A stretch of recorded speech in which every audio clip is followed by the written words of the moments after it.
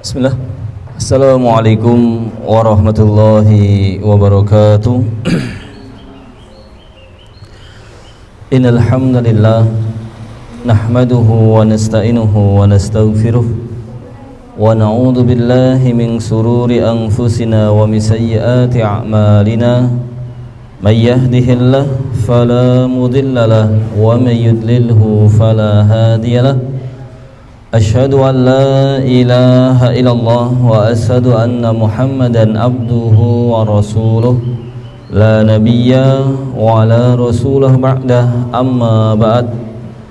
Yaqulu tabaraka wa ta'ala, ya ayyuhalladzina amanu taqullaha haqqa tuqatih wa la tamutunna illa wa antum muslimun. Wa qala ya ayyuhalladzina amanu taqullaha wa qulu qawlan sadida yuslih lakum a'malakum wa yaghfir lakum dhunubakum wa may yuti'illaha wa rasulahu faqad faza fawzan 'azima. Wa qala Rasulullah sallallahu alaihi wasallam, ittaqillaha haitsu ma kunta wa atbi'i sayyi'atal hasanata tamhuha wa khaliqin nas bi khuluqin hasanin. Fanirahimakumullah jamaah masjid yang semoga dirahmati Allah Subhanahu wa taala. Alhamdulillahirabbil alamin, bersyukur kepada Allah Subhanahu wa taala atas segala limpahan rahmat dan nikmatnya kepada kita, sehingga di kesempatan pagi hari ini Allah Subhanahu wa taala berikan kemudahan kepada kita untuk sama-sama hadir di majelis ilmu. Semoga apa yang kita laksanakan di kesempatan pagi hari ini mendapatkan kemudahan dan ridha dari Allah Subhanahu wa taala. Salawat dan salam semoga senantiasa tercurahkan kepada Nabi kita Muhammad sallallahu alaihi wasallam, kepada keluarganya, sahabatnya, dan orang-orang yang senantiasa sikoh terhadap ajal hingga yaumul qiyamah. Bismillahirrahmanirrahim. Alhamdulillahirabbil alamin, di pagi hari ini atas izin dan pertolongan Allah Subhanahu wa taala kita sama-sama dimudahkan untuk hadir di majelis ilmu ngaji bareng BMA Kendal, yang semoga apa yang kita kerjakan memberikan manfaat untuk kita dan mendatangkan rahmat ridhonya Allah Subhanahu wa taala. Bismillahirrahmanirrahim. Di kesempatan yang sebelumnya kita masih mengkaji di kitab Muntaqa Al-Adab As-Syar'iyyah, ya. Di pertemuan sebelumnya terkait dengan adab kita kepada Allah Subhanahu wa taala, baik dengan mensyukurinya, baik dengan selalu merasa diawasi oleh Allah Subhanahu wa taala, dan adab-adab yang lainnya.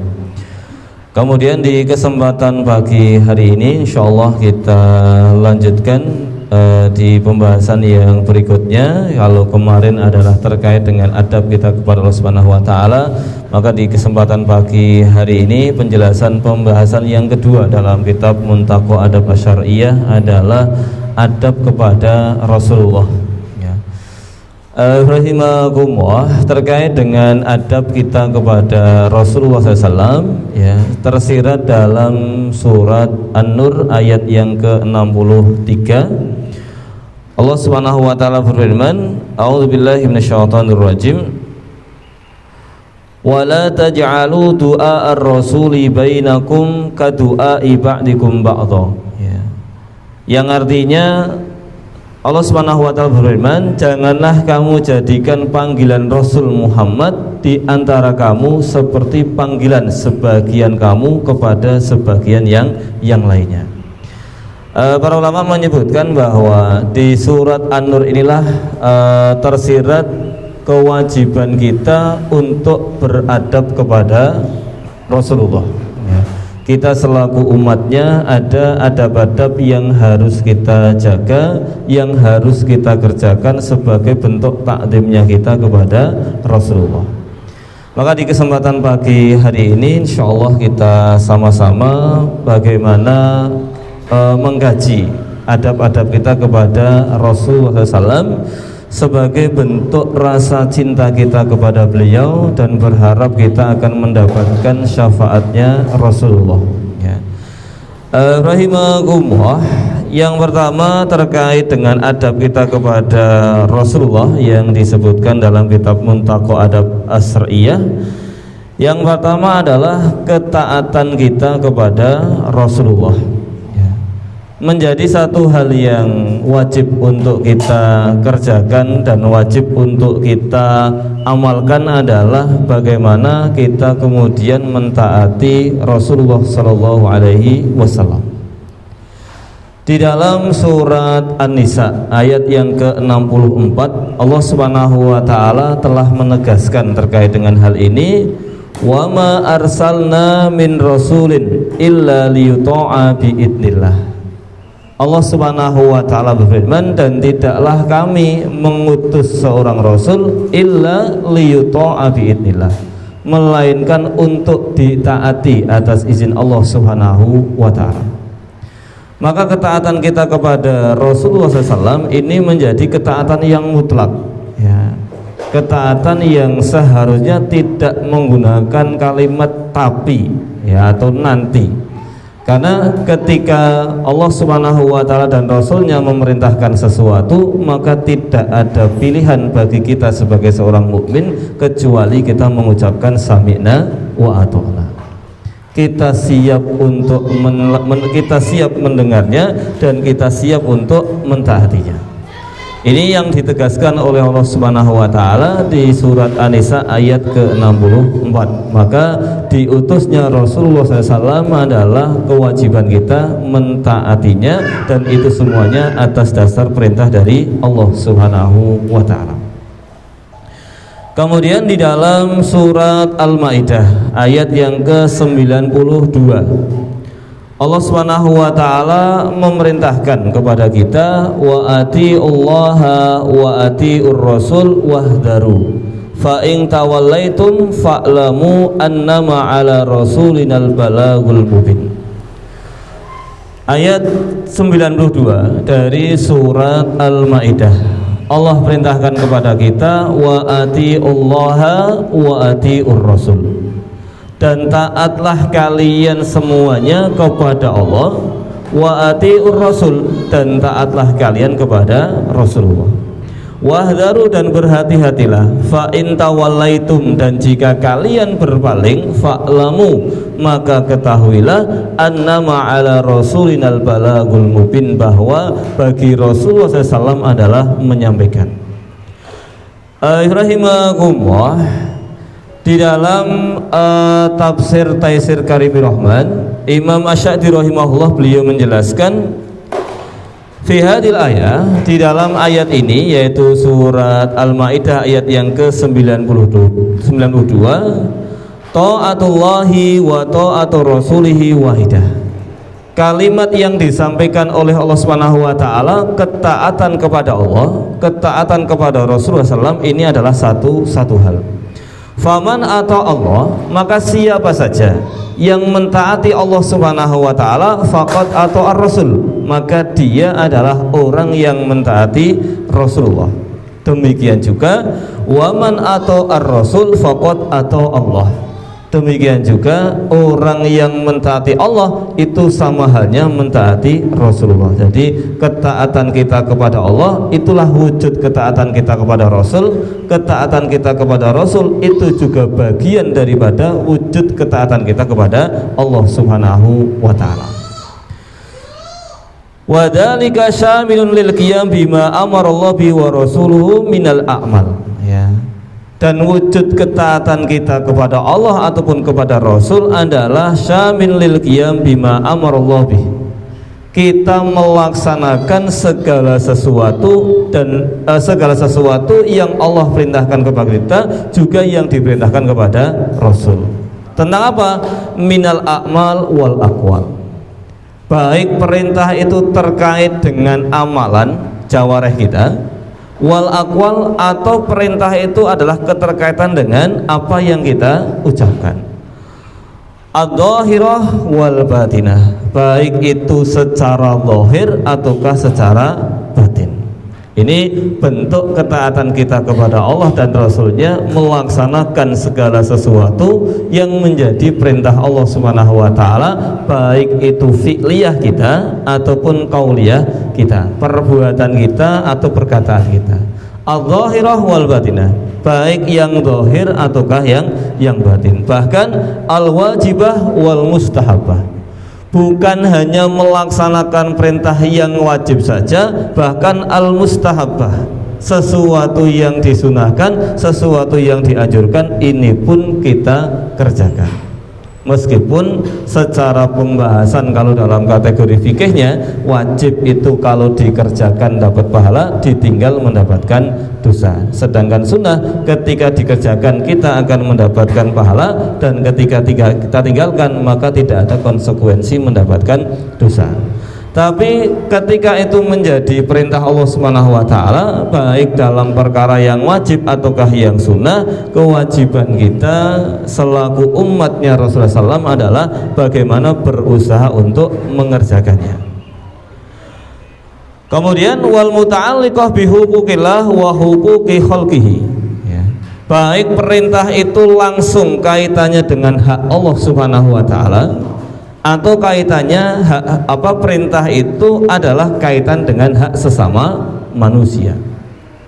Allah Subhanahu wa ta'ala memiliki hak atas kita selaku hambanya, yaitu untuk diibadahi.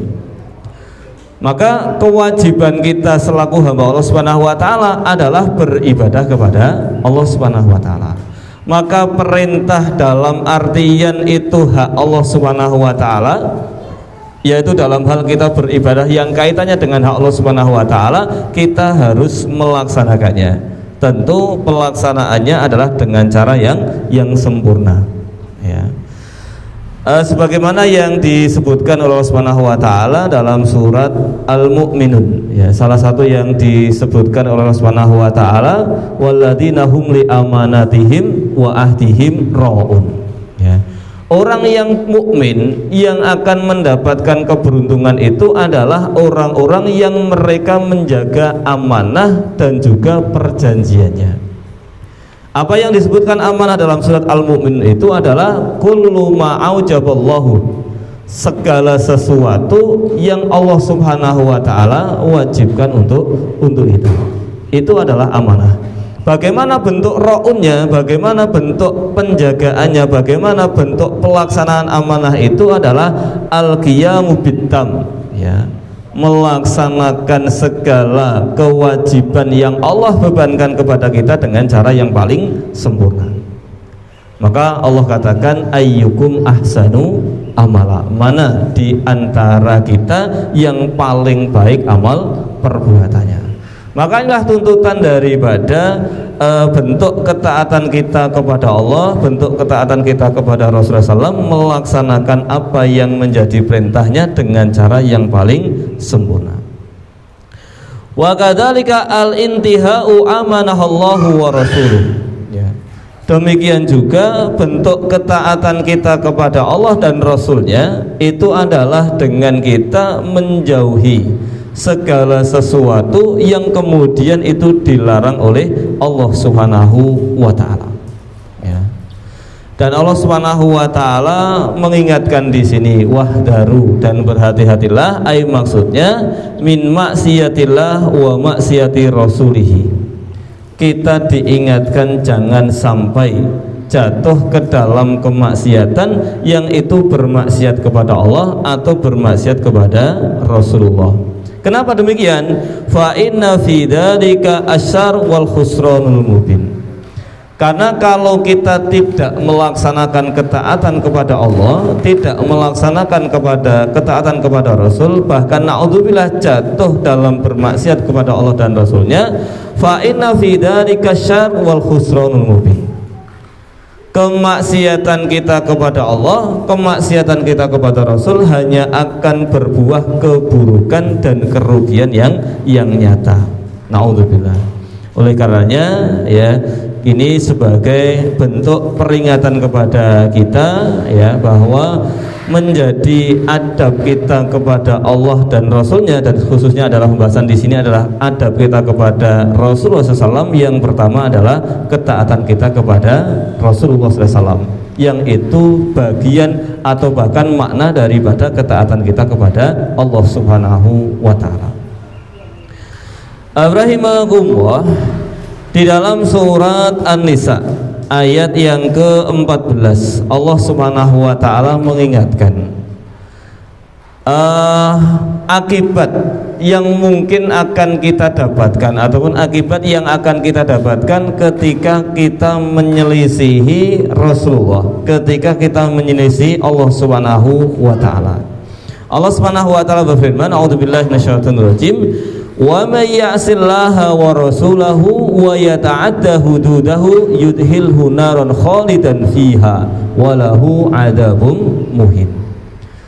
Di dalam surat An-Nisa ini Allah Subhanahu wa Ta'ala jelas memberikan ancaman, ya, wa may ya'sillaha wa rasulahu, siapa saja yang bermaksiat durhaka menyelisih Allah Subhanahu wa Ta'ala wa rasulahu, demikian juga menyelisih Rasulullah, wa yata'adda hududahu, ya, kemudian dia melampaui dari batasan-batasannya, yudhilhu naran khalidan fiha, maka Allah Subhanahu wa Ta'ala akan memasukkan dia ke dalam api neraka, khalidan fiha, ya. Bahkan kalimat yang disebutkan Allah Subhanahu wa Ta'ala adalah kekal di dalam api neraka, walahu adabum muhin, dan bagi dia adalah adab yang sangat dahsyat, ya. Fadrahimakumullah, keterkaitan dengan khalidan fiha, tentu ini adalah ancaman yang diberikan kepada orang-orang kafir. Kalau kalimat khalidan fiha ini disematkan kepada orang yang mukmin, itu bukan kekal selamanya di dalam api neraka. Akan tetapi khalidan fiha yang disematkan oleh Allah untuk orang-orang yang beriman yang berbuat dosa, itu maknanya kalau dalam kitab Al-Aqidah Al-Wasithiyah disebutkan al-maqsu at-tawil, berada di dalam api neraka tapi dalam jangka waktu sing panjang. Tapi waktu panjang ini ada akhirnya, karena setiap orang yang beriman ini pasti akan dikeluarkan dari api neraka kemudian dimasukkan ke dalam surganya Allah Subhanahu wa Ta'ala. Salah satu dosa yang diancam oleh Allah Subhanahu wa Ta'ala dengan ancaman neraka dan ini khalidan fiha, ini adalah pembunuhan mukmin secara sengaja. Wa may yaqtul mu'minan muta'ammidan fajazaohu jahannam khalidan fiha. Siapa saja yang membunuh orang mukmin muta'ammidan secara sengaja, fajazaohu jahannam, maka Allah memberikan keterangan balasannya adalah neraka jahanam khalidan fiha. Ya, kalau kita artikan seperti biasanya, khalidan fiha berarti kekal saklawase di dalam api neraka. Tapi faktanya ada orang-orang mukmin yang punya iman tapi juga membunuh orang mukmin yang lain.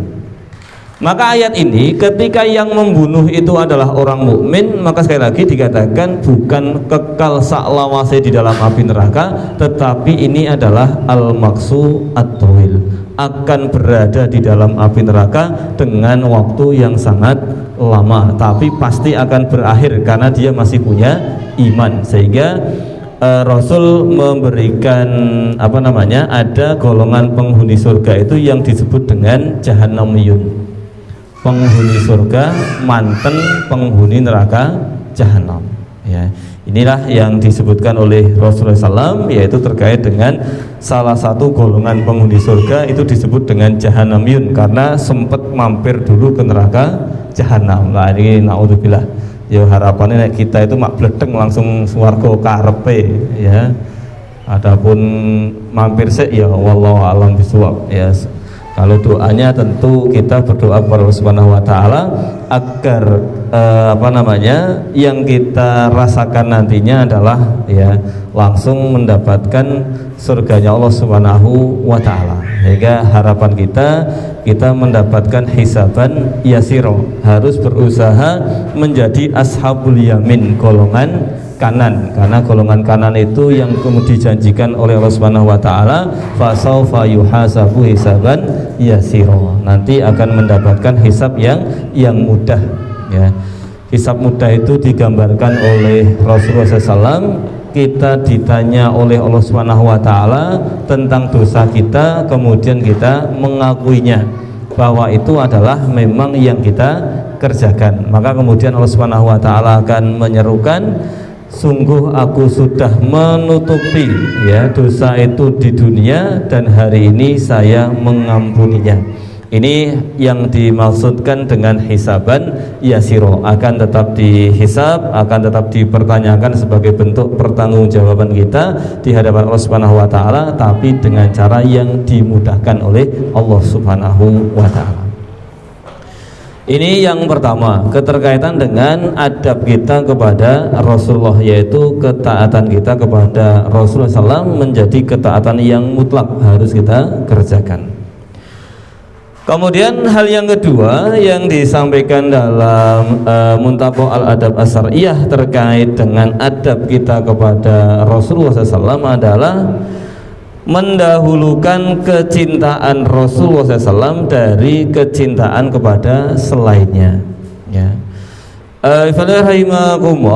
Syekhul Islam Ibnu Taimiyah beliau mengatakan, kecintaan kita kepada Rasulullah SAW itu merupakan kewajiban terbesar dalam urusan agama ya.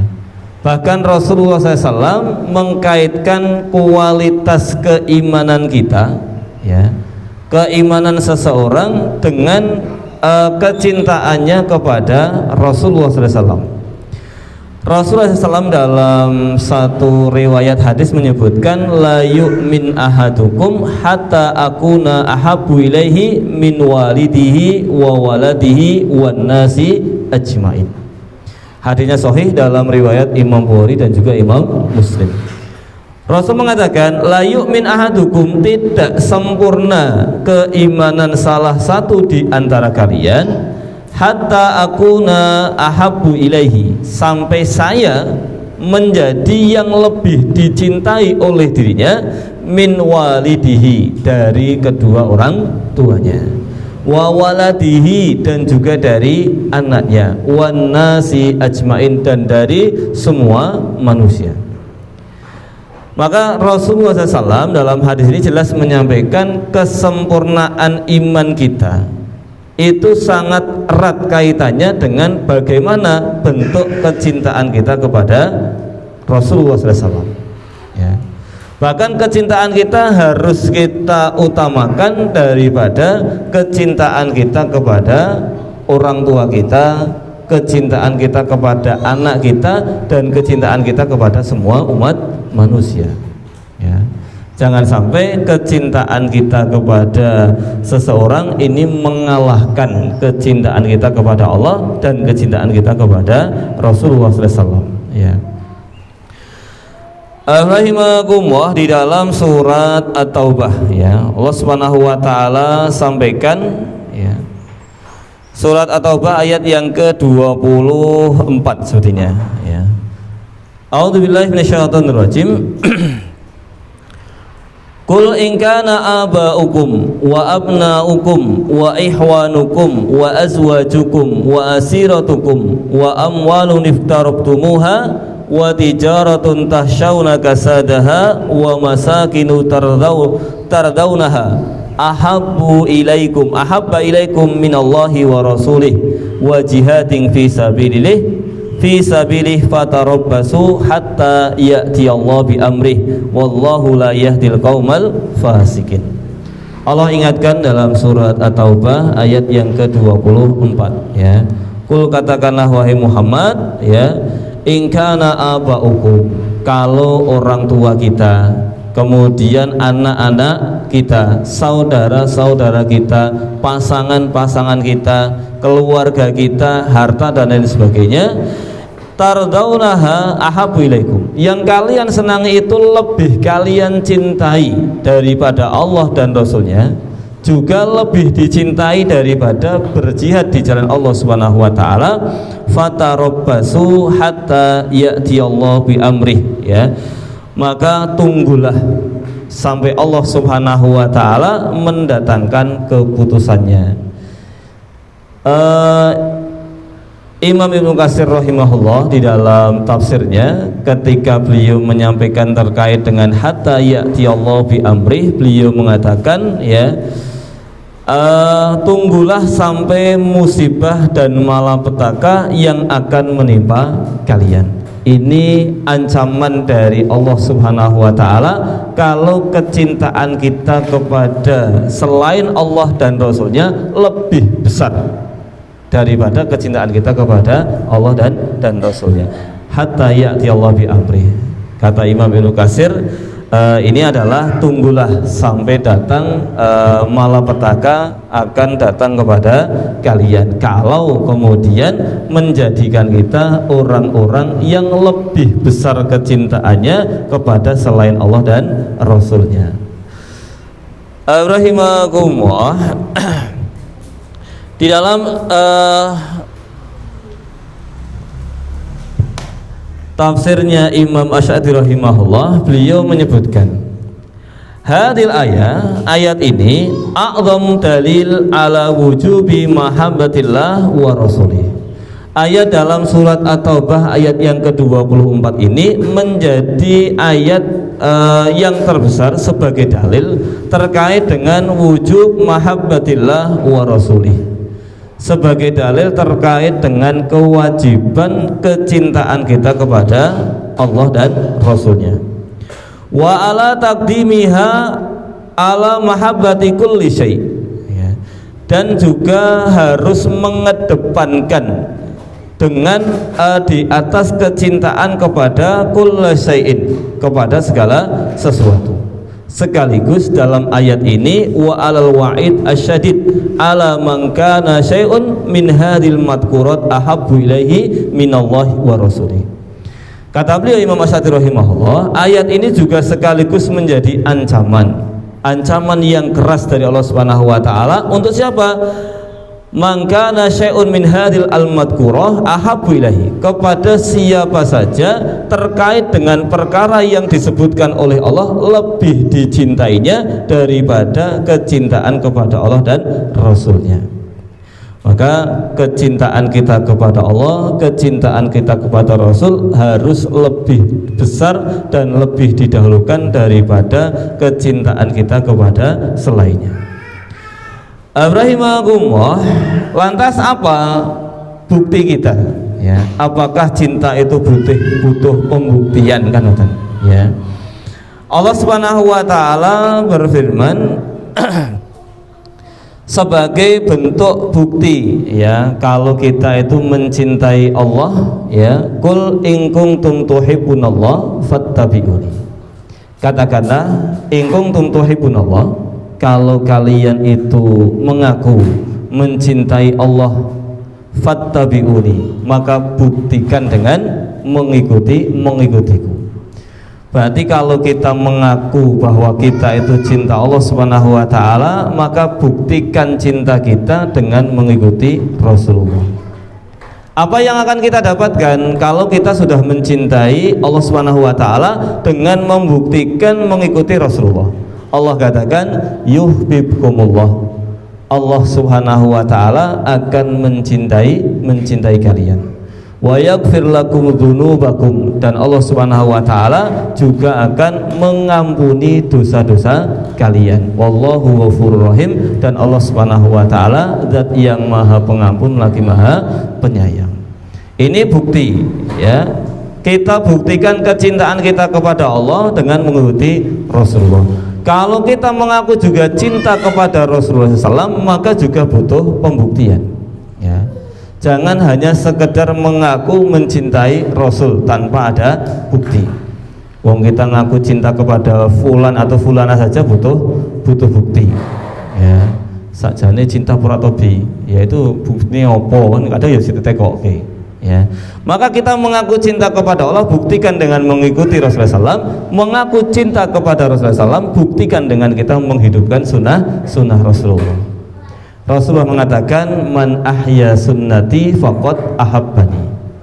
Siapa saja yang menghidupkan sunnahku faqad ahabbani, dia adalah orang yang mencintaiku. Waman ahabbani, dan barang siapa yang mencintaiku, kana ma'i fil jannah, maka dia akan bersamaku di dalam surga. Ya.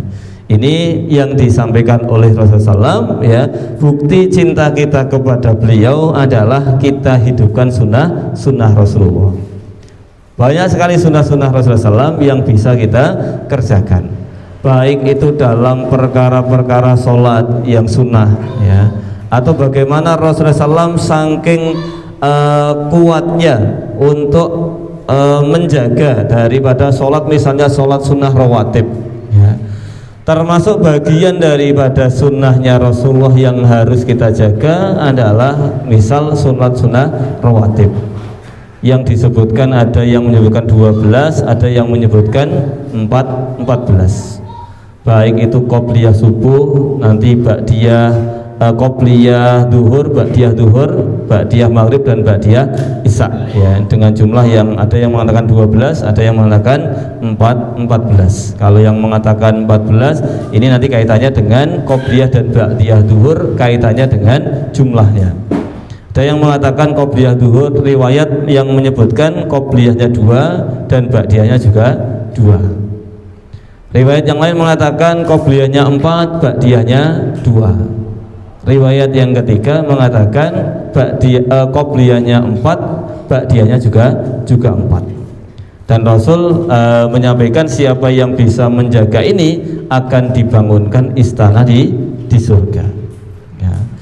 Lebih khusus lagi untuk qobliyah dan ba'diyah duhur, orang yang bisa menjaga qobliyah 4 dan ba'diyahnya 4, maka Rasul katakan Allah akan haramkan api neraka menyentuhnya. Kalau bisa menjaga 4 qobliyah duhur dan 4 ba'diyah duhur. Kita biasanya yang mana nih? 22, 42, 44 atau malah ora?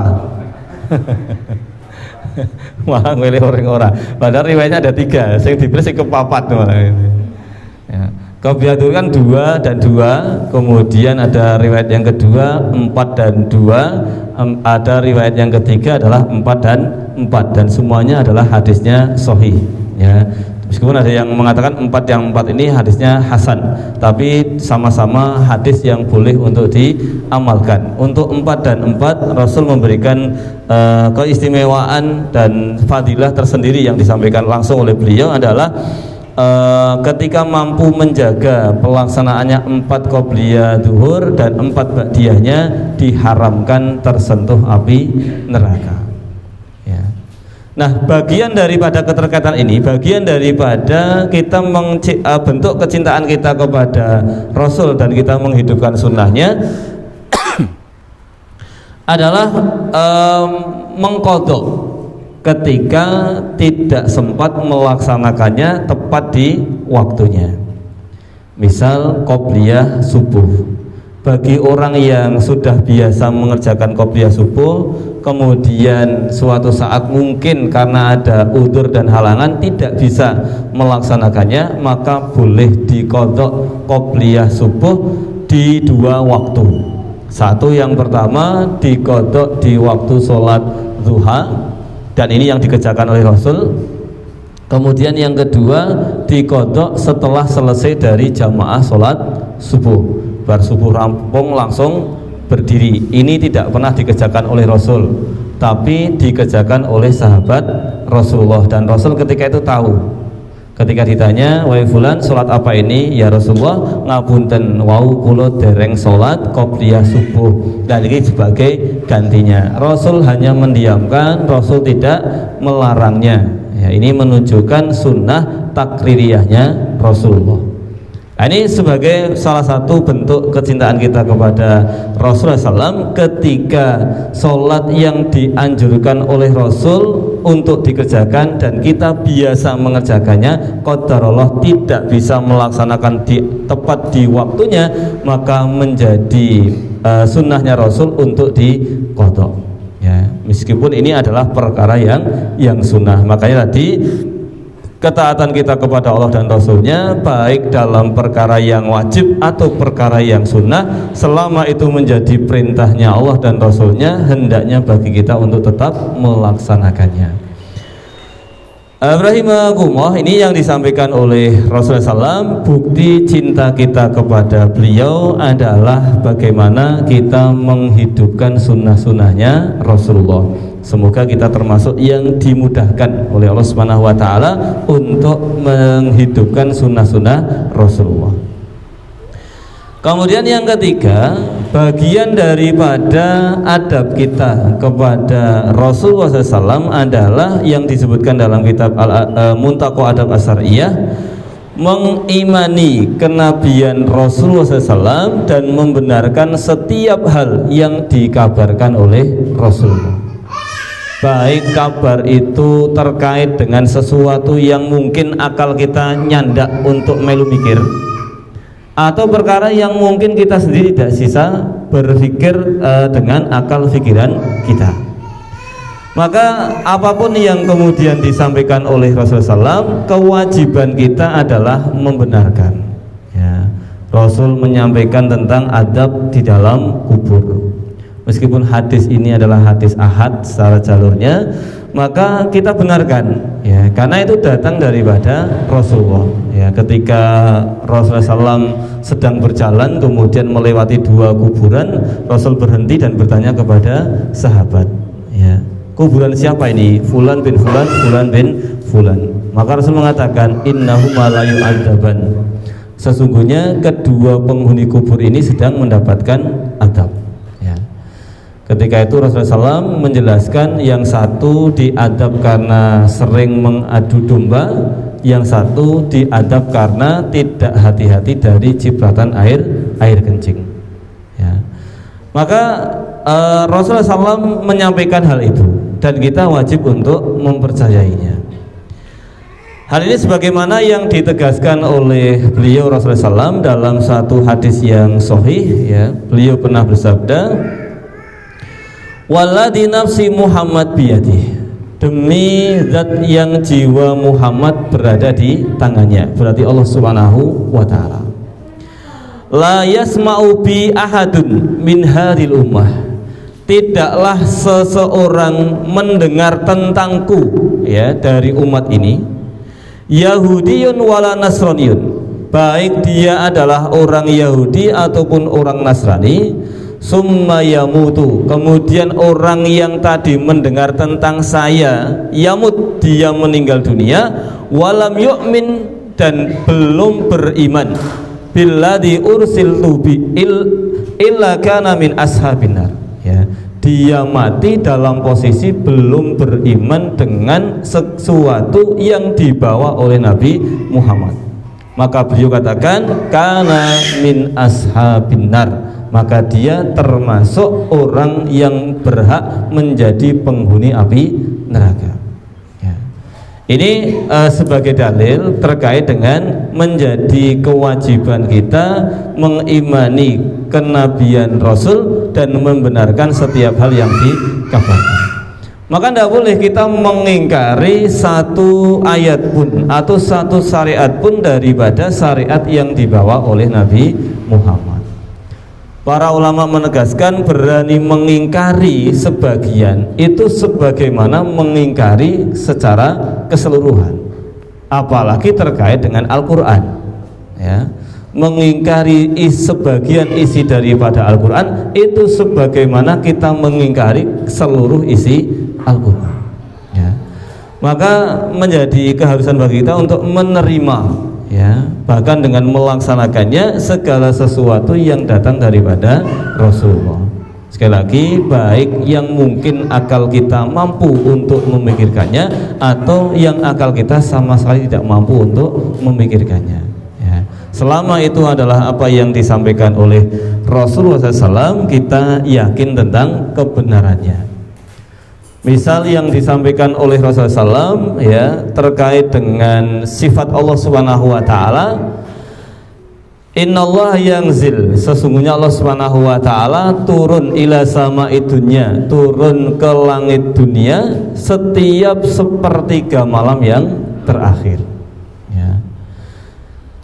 Kita yakin Allah Subhanahu Wa Taala bersemayam di atas arsy-Nya, dan kita juga meyakini kebenaran yang disampaikan oleh Rasulullah bahwa Allah Subhanahu Wa Taala setiap malamnya di sepertiga malam yang terakhir Allah turun ke langit dunia menyerukan 3 hal: siapa yang minta akan saya kasih, siapa yang berdoa akan aku kabulkan, siapa yang minta ampunan pasti akan aku ampuni. Kita tidak usah berpikir kemudian bagaimana cara Allah turun, kemudian nanti arsy-Nya siapa yang menghuni dan lain sebagainya.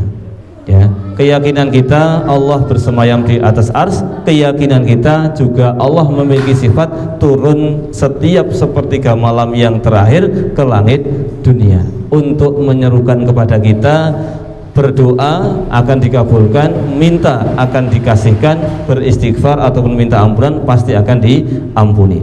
Ya. Rahimakumullah, ini yang ketiga dari adab kita kepada Rasul yang disampaikan di kitab Muntaqo Adab As-Syariah. Kemudian yang keempat, ya, yang disampaikan dalam kitab tersebut adalah menghidupkan sunnah-sunnahnya dan menyampaikan dakwahnya serta melaksanakan wasiat-wasiat Rasulullah. Ya. Allah Subhanahu Wa Taala mengutus Rasulullah SAW untuk menyampaikan dakwah risalahnya. Ya. Wa ma arsalnaka bil haq. Ya, Allah Subhanahu Wa Taala mengutus Nabi Muhammad dengan al-haq, dengan kebenaran Al-Quran. Ya, dan tugasnya adalah al-balagh, menyampaikan. Ya. Karena Rasulullah SAW bertugas ataupun mendapatkan amanah tugas dari Allah Subhanahu Wa Taala untuk menyampaikan risalahnya. Kemudian Rasulullah SAW sudah meninggal dunia, maka menjadi tugas kita selaku umatnya adalah untuk meneruskan dakwahnya Rasulullah. Kullukum da'iyan ilallah. Setiap kita adalah orang yang menyeru orang lain kepada Allah Subhanahu Wa Taala. Dakwah dengan hal kita, dengan kondisi kita, dakwah dengan akhlak dan adab kita, atau mungkin dengan lisan kita. Jangan selalunya dakwah dimaknai harus di atas mimbar, harus di majelis ilmu, nanti terlalu sempit. Ya. Setiap kita adalah terbebani untuk mendakwahkan risalahnya Allah Subhanahu Wa Taala, meneruskan dakwahnya Rasulullah, tentu sesuai dengan kemampuan kita masing-masing. Mampu di mimbar ya dengan mimbar, mampu hanya dengan akhlak budi pekerti yang baik, itulah yang kita dakwahkan. Ya. Rasul juga mengatakan, ya, sebaik-baik manusia itu adalah orang yang terbaik akhlaknya. Ya. Bahkan akhlak ini menjadi kunci, ya, salah satu kunci dakwahnya Rasulullah. Ya. Ini kunci dakwahnya Rasulullah salah satunya adalah akhlak yang baik. Ya. Hanya menunjukkan akhlak, kemudian orang-orang kemudian simpati, kemudian mendapatkan hidayah masuk Islam, dan ini terjadi. Dan ini pun bisa dan semoga dimudahkan bagi kita untuk melaksanakannya. Rahimakumullah. Kemudian dalam menghidupkan sunnah, ya, kita memahaminya petunjuk daripada Rasulullah. Menghidupkan sunnah dengan kita mengamalkan apa yang menjadi petunjuk daripada Rasulullah.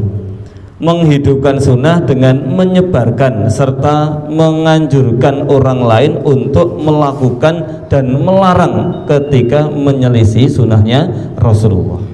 Ya. Fadhilahimahumullah, sebagaimana contoh tadi, ya, dalam urusan sholat saja, ya, bagaimana kemudian kita menyampaikan, ya, terkait dengan mengqadha sholat sunnah. Ini bukan perkara terkadang ada orang-orang yang belum tahu, loh jebule iso dikodok tau.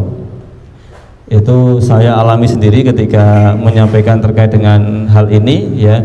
Bahkan saya ketika itu sempat dikatakan ustadz nggawa ajaran anyar, mosok sholat sunnah kok iso di kodok ya.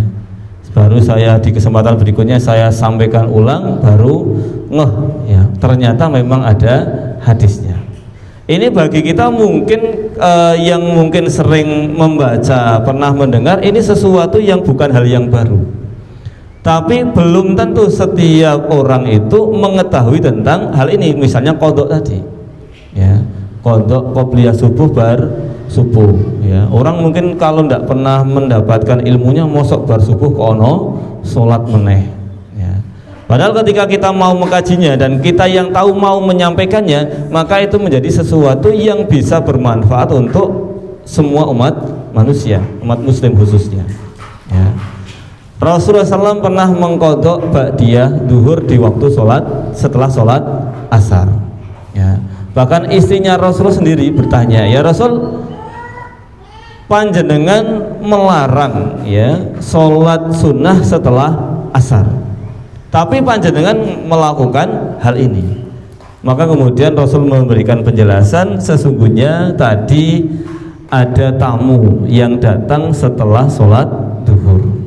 Saya tidak sempat untuk melaksanakan sunnah ba'diyah duhur, maka 2 rakaat yang kamu lihat ini adalah sebagai ganti dari 2 rakaat ba'diyah duhur yang tadi belum sempat saya kerjakan gara-gara ada tamu yang datang dan menyibukkan saya dari melaksanakannya ya.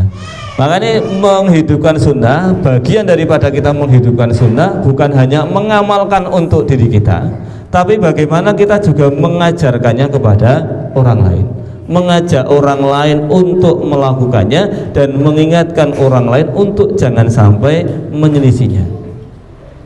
Baik sunnah itu yang berupa qauliyah, ucapan, baik sunnah itu yang berupa fi'liyah, atau yang itu adalah takririyah ya. Kalau dalam urusan ini mudahnya contoh, dalam urusan sholat Rasul mengatakan rakaatul fajri khairun minad dunya wa ma fiha. Ini Rasul menyampaikan tentang fadilah qobliyah subuh dengan kauliyahnya. Rakaatul fajri khairun minad dunya wa ma fiha. 2 rakaat sholat sunnah fajar lebih baik daripada dunia dan seisinya. Secara fi'liyahnya Rasul selalu menjaga ya. Rasulullah SAW tidak pernah meninggalkan qobliyah subuh baik tatkala safar atau tatkala mukim ya. Makanya sholat qobliyah subuh ini para ulama menghukumnya sebagai sunnah muakkadah, karena Rasul tidak pernah meninggalkan. Baik tatkala safar Rasul tetap mengerjakan, baik tatkala mukim apalagi Rasul selalu menjaga. Dan fi'liyahnya Rasulullah SAW ketika beliau tidak sempat untuk melaksanakannya tepat di waktunya, maka beliau akan mengqodoknya. Ketika itu Rasulullah SAW safar bersama dengan para sahabat, singgah di suatu tempat, kemudian mengutus 2 orang sahabat untuk berjaga, tapi qadarullah podo-podo kesele, akhirnya terbangun setelah terkena sengatan panasnya matahari ya. Setelah itu Rasulullah SAW bangun pertama, bangunkan semua para sahabat. Ketika itu akhirnya tidak langsung sholat di tempat itu, tapi Rasul mengajak untuk pindah dulu ya. Qad hadara fihi syaitan, kata Rasulullah, tempat itu sudah didatangi oleh setan. Maka Rasulullah SAW meninggalkan tempat itu ya. Ini sama dengan ketika Rasul ditanya, ya Rasulullah, apakah kita boleh sholat di kandang unta ya. Maka Rasulullah SAW mengatakan tidak boleh. Kemudian ketika ditanya apakah boleh sholat di kandang gonong kambing, maka Rasul mengatakan boleh ya. Ternyata ini bukan masalah kotorannya, tetapi masalah adalah tempat hunian setan ya.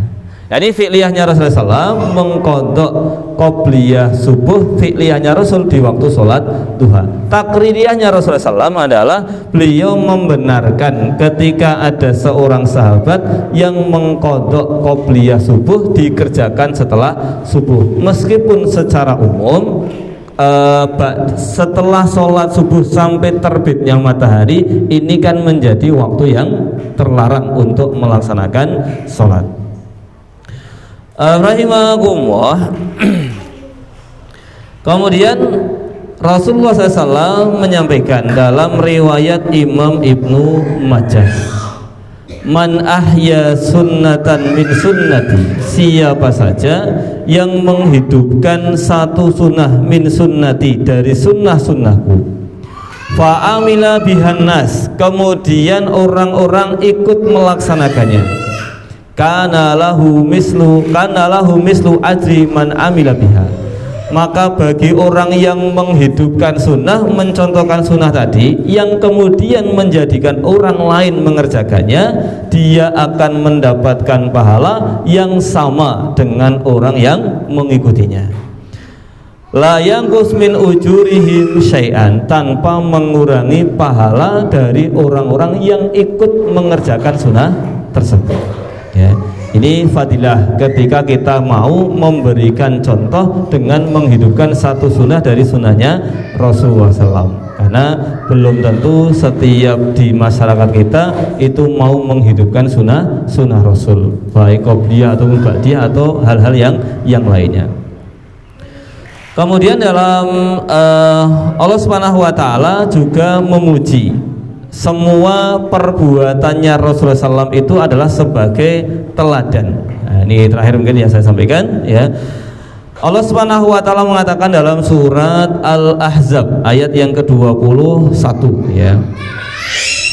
Laqad kana lakum fi Rasulillah uswatun hasanah liman kana yarjullaha wal yaumil akhir wa dzakarallaha katsiran. Allah Subhanahu wa Ta'ala katakan terkait dengan apa yang dikerjakan oleh Rasul, laqad kana lakum fi Rasulillah uswatun hasanah, sungguh telah ada dalam diri Rasulullah SAW adalah contoh yang baik. Untuk siapa? Liman kana yarjullah wal yaumal akhir, bagi siapa saja yang mengharapkan ridhonya Allah Subhanahu wa Ta'ala. Maka ini sebagai penguat dari Allah Subhanahu wa Ta'ala, penegasan dari Rasulullah SAW bahwa setiap hal yang keluar dari dirinya Rasul, artinya fi'liyahnya, qauliyahnya, perbuatannya, akhlaknya, semuanya adalah bagian daripada uswah hasanah yang harus kita contoh. Ketika itu sunnahnya, monggo sama-sama kita kerjakan, sama-sama kita hidupkan. Sekali lagi, menghidupkan itu kita memahaminya, kita melaksanakannya, kita mendakwahkan untuk diri kita dan juga orang lain, agar sama-sama mendapatkan fadilah untuk menghidupkan sunnah-sunnahnya Rasulullah. Ini beberapa hal yang disampaikan dalam kitab Muntaqo Adab Asyariyah terkait dengan adab-adab kita kepada Rasulullah. Semoga dari 4 hal yang kita kaji di kesempatan pagi hari ini menjadi motivasi bagi kita untuk berusaha semaksimal mungkin untuk bagaimana meniru Rasulullah SAW, taat kepada Rasul, dan wujudkan cinta kita kepada beliau dengan menghidupkan sunnah-sunnahnya Rasulullah. Wallahu a'lam bishawab. Mungkin sedikit ini yang bisa saya sampaikan dan kita kaji bersama. Apabila ada kebenaran maka mutlak datang dari Allah Subhanahu wa Ta'ala. Apabila ada kekurangan saya minta maaf yang sebesar-besarnya. Akhiru da'wana alhamdulillah. Assalamualaikum warahmatullahi wabarakatuh.